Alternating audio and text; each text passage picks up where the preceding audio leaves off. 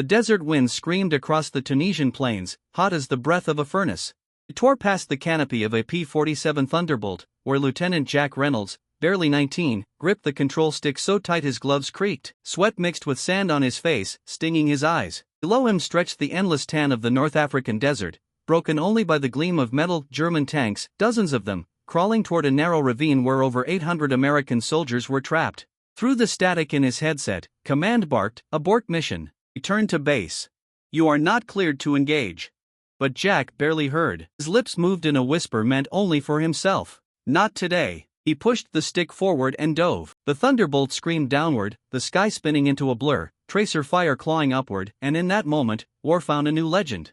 Jack Reynolds had never asked for glory. He was the youngest pilot in his squadron, a farm boy from central Kansas who had never even seen the ocean before shipping out. His father fixed tractors, his mother worked at the post office. He was raised on hard work, humility, and Sunday sermons, not heroism. When he enlisted after Pearl Harbor, he was eager but untested. He finished flight school quickly, not because he was the best, but because the war needed pilots faster than it could train them. By 1943, the skies above North Africa were graveyards, and dive bombers had the worst odds of all. When Jack arrived at camp, the veterans gave him smirks. "Hey, Kansas," one joked, "you here to fly or herd cows?" It didn't mean harm, but they didn't expect much either. He started with reconnaissance runs, safe, routine, forgettable. But every night he lay awake listening to distant artillery, wondering what it felt like to be one of the men down there, pinned under enemy fire, praying for the sound of aircraft engines overhead. He began volunteering for dangerous missions, begging to fly lead or take bombing runs. His commanding officer always refused. "You're too green, Reynolds.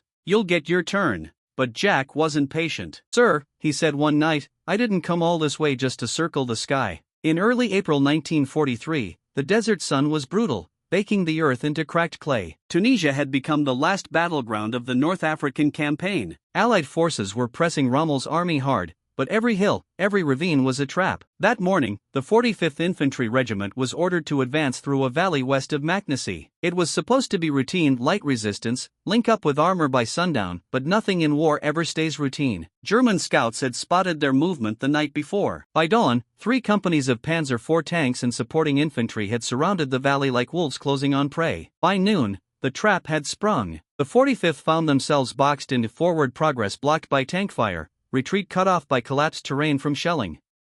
Radios crackled, voices desperate and broken. And high above, Jack Reynolds and 5 other Thunderbolts were already airborne, tasked with a simple recon pass. No engagement, no low flying. Just observe and return. But as Jack looked down, something felt wrong. The valley was alive with movement, dust clouds, flashes of gunfire, smoke curling upward like signals for help. He switched channels, and through the static came chaos. "We're pinned down. Tanks from the north and west. For God's sake, where's our air cover?" Jack froze. He recognized that voice, Private Earl McKinley, a kid from Alabama he'd shared coffee with once. Earl had shown him a picture of his newborn daughter. Now his voice was filled with terror. Jack's stomach tightened. He called command, requesting immediate strike authorization. "I have visual on German armor closing on friendly troops."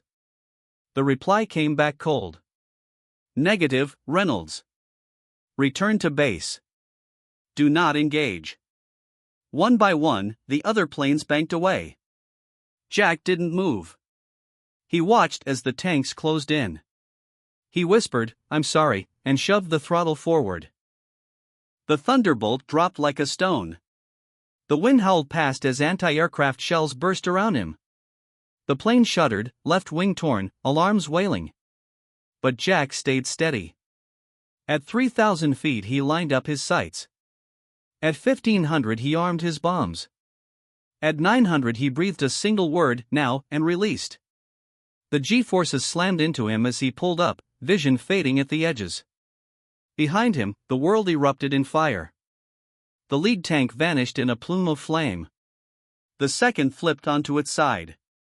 The rest froze, confusion rippling through their ranks. On the ground, the soldiers of the 45th stared in disbelief. One plane. One man. He had done what an entire division couldn't, he'd stopped the advance. Some called him a lunatic. Others called him a savior. In the cockpit, Jack fought to stay conscious. His aircraft was crippled, flaps shredded, engine coughing smoke, but it still flew. He skimmed low over the battlefield, so close he could see the faces of the men he'd saved, wide-eyed and alive. Back at base, chaos reigned. Reports flooded in Reynolds had disobeyed orders and likely been shot down. Then a voice came through from the front line, "Whoever just hit that armor column, you saved us. The enemy advance has stalled." Another added, "We saw him. One bird, one dive. He saved the whole damn regiment." When Jack finally limped into view, his P-47 was barely holding together. The landing was rough, a bounce, a skid, a trail of smoke, but he was home. He climbed out slowly, the ground crew staring in awe. He'd broken every rule in the book, but he'd written himself into history. In the days that followed, stories spread across the desert of the lone pilot who dove through hell to save hundreds. Some called him reckless. Others, heroic. Jack Reynolds called it duty. He never asked for medals or attention, but the men who'd been trapped that day would never forget him.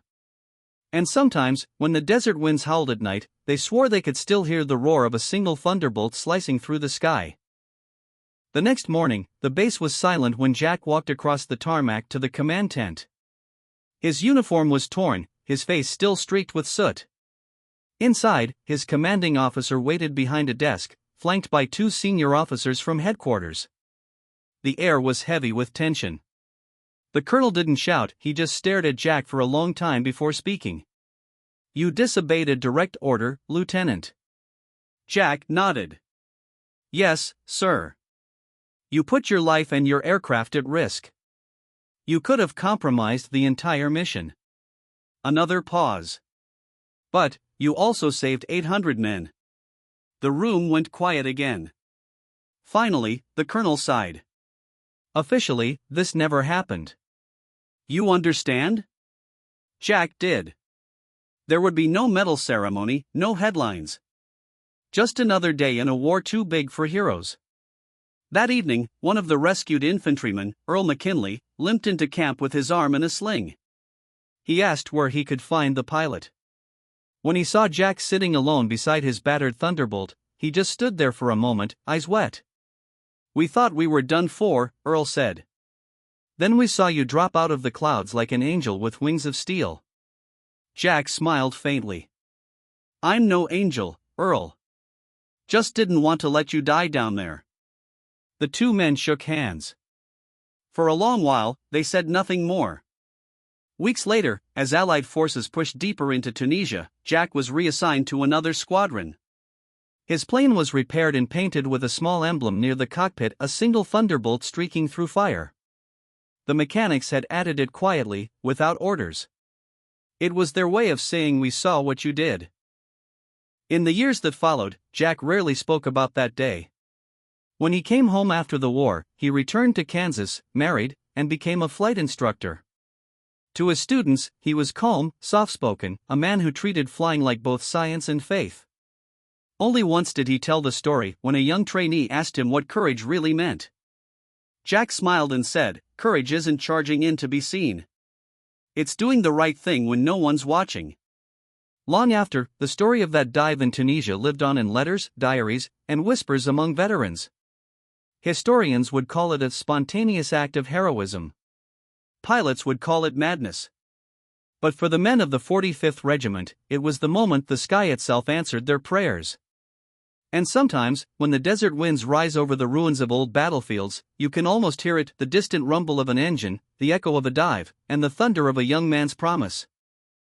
Spring turned to summer across the scarred deserts of North Africa. The German Afrika Korps was retreating, beaten and bloodied, but not broken. The Allied advance swept west, inch by inch, through dust and smoke. When the last German convoy crossed into Tunisia's northern hills, Jack Reynolds was already somewhere above them, scanning the horizon through cracked goggles. The battle that had made him a quiet legend was never written in any official report. His commander kept his promise, it never happened. But word had a way of spreading anyway. Pilots from other squadrons would nod at him in the mess hall, the kind of nod that said, "We know." Ground crews would pat his shoulder before takeoff. Once, a mechanic slipped a folded note into his flight manual. It read simply, "Thank you for reminding us why we fight." For Jack, that was enough. He didn't need medals. He needed purpose. By June of 1943, the war moved north. Operation Husky, the invasion of Sicily, had begun. The P-47 squadrons were reassigned to escort bombers across the Mediterranean, protecting them from the Luftwaffe that still lurked over the islands. Jack flew 3 missions a day, sometimes 4. The heat was unbearable, the exhaustion constant. The only thing colder than the nights was the silence of the men who didn't come back. One morning, he stood on the edge of the airstrip, watching a row of empty tents flap in the wind, the bunks of friends who'd gone out and never returned. A young pilot approached him nervously. "Lieutenant Reynolds, sir? They told me to fly on your wing today." Jack studied the kid, barely 18, freckles, shaky hands. "What's your name?" "Harris, sir." "From Iowa." Jack smiled faintly. "Then it's you and me, Iowa. Keep your eyes open, stay tight on formation, and if you see flak, don't panic, just trust your plane." That day, over Sicily, Harris nearly panicked. The sky turned into a storm of black clouds, anti-aircraft bursts lighting the air like fireworks from hell. Bombers lumbered ahead, their bellies opening, dropping death on the coastal defenses below. Jack's voice came over the radio, "Easy, Harris. Level out.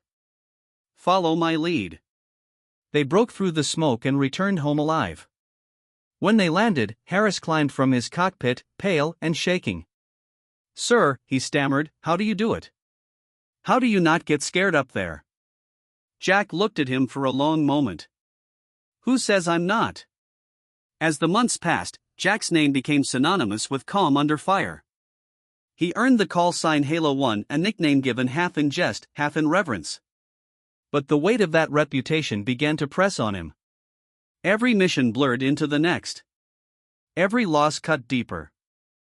In November 1943, the squadron moved to Foggia, Italy, an old airfield carved out of farmland and mud. The winter rains turned the runways into rivers. The enemy's resistance grew fiercer, and the missions more brutal. By then, Jack had flown over 100 sorties. His Thunderbolt bore scars, patched bullet holes, scorched paint, but it still flew like it shared his stubbornness. One afternoon, as he returned from an escort run, a flak burst caught his right wing. The impact flipped the plane into a violent spin. Jack fought the controls, pulling back with all his strength. The altimeter spun wildly. At the last second, the nose lifted.